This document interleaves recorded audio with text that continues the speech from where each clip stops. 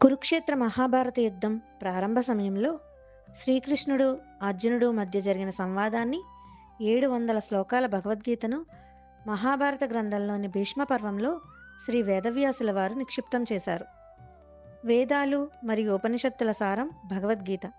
భగవద్గీతపై మొదటిసారి జగద్గురు శ్రీ ఆదిశంకరాచార్యుల వారు గీతాభాష్యం రాసి ప్రత్యేక గ్రంథంగా మనందరికీ అందుబాటులోకి తీసుకొని వచ్చారు.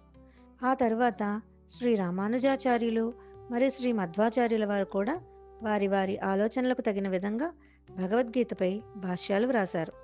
అప్పటి నుండి ఈరోజు వరకు గీతా జ్ఞానాన్ని అందరికీ అందుబాటులోకి తీసుకొని రావడానికి ఎందరో మహానుభావులు, అనేక సాంప్రదాయాల వారు మరియు వేలాది మంది గీతా సేవకులు నిరంతరం ప్రచారం చేస్తున్నారు. భగవద్గీతలోని సంస్కృత శ్లోకాలు చూసి చదవటం మరియు కంఠస్థం చేయడం వలన కలిగే ఉపయోగాలు ఏమిటంటే, మాట స్పష్టత, నోటి ఉచ్చారణ బాగుంటుంది. విద్యార్థులలో జ్ఞాపక శక్తి అభివృద్ధి చెంది మానసిక వికాసం పెరుగుతుంది. చిన్నతనంలో సహజంగా ఉండే నత్తిపోయి ఏ భాష అయినా అనర్గళంగా మాట్లాడగలుగుతారు. శ్లోకాలు చదవటం వస్తే ఏ పుస్తకం అయినా చూసి చదవడం సహజంగా అలవాటవుతుంది.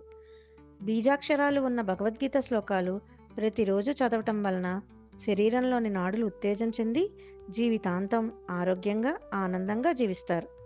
శ్లోకాలు చదివే సమయంలో శ్వాస క్రమబద్ధంగా తీసుకుంటూ వదులుతూ ఉండడం వలన తెలియకుండానే ప్రాణాయామం జరుగుతుంది. దాని కారణంగా ఏకాగ్రత పెరిగి చదివింది బాగా గుర్తుపెట్టుకుంటారు. వేద భాష మరియు ప్రపంచ భాషలకు మూలాధారమైన సంస్కృతం నేర్చుకోవాలనే జిజ్ఞాస పెరుగుతుంది. ప్రపంచంలోనే అతి పురాతనమైన భారతీయ సంస్కృతికి వారసులమని గర్వంగా చెప్పుకుంటారు. విద్యార్థుల అవగాహన స్థాయిని బట్టి శ్లోకాలతో పాటు అర్థం కూడా చెప్పగలిగితే వారిలో వ్యక్తిత్వ వికాసం అంటే పర్సనాలిటీ డెవలప్మెంట్, గుణ నిర్మాణం అనగా క్యారెక్టర్ బిల్డింగ్ పెరిగి వారు స్వయంగా తమ జీవిత లక్ష్యాన్ని నిర్ణయించుకొని దానిని చేరుకోవడానికి భగవద్గీత ఉపయోగపడుతుంది. జీవితంలో ఎదురయ్యే ప్రతి ఒక్క సమస్యను స్వయంగా పరిష్కరించుకోగలుగుతారు. భగవద్గీత ఎలా జీవనాన్ని జీవించాలి అని చెబుతుంది.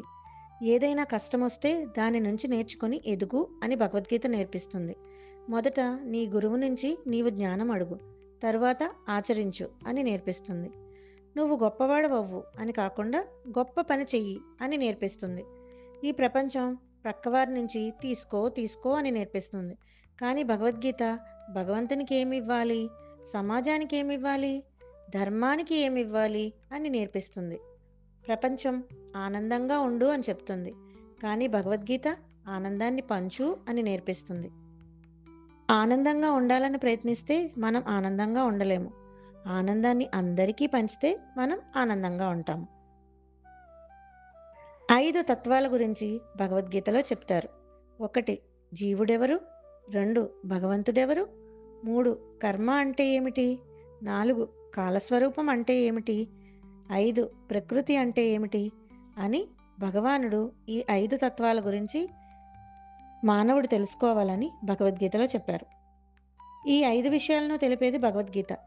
ఈ ప్రపంచంలో ఏ పుస్తకానికి పుట్టినరోజు చేసుకోము, కానీ భగవద్గీత పుట్టినరోజు గీతా జయంతిగా జరుపుకుంటాము. 5000 సంవత్సరములకు పూర్వం చెప్పిన భగవద్గీత ఎంతో పవిత్రమైనది, అపూర్వమైనది, ఆచరణీయమైనది. భగవద్గీతను నగలపెట్టెతో పోల్చారు. మొదటి 6 అధ్యాయాలు కర్మయోగము, అది నగలు పెట్టుకునే పెట్టెగా.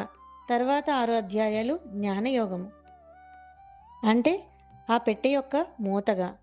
తర్వాతి 6 అధ్యాయాలు భక్తి యోగము, పెట్టెలోని నగలుగా వర్ణించారు.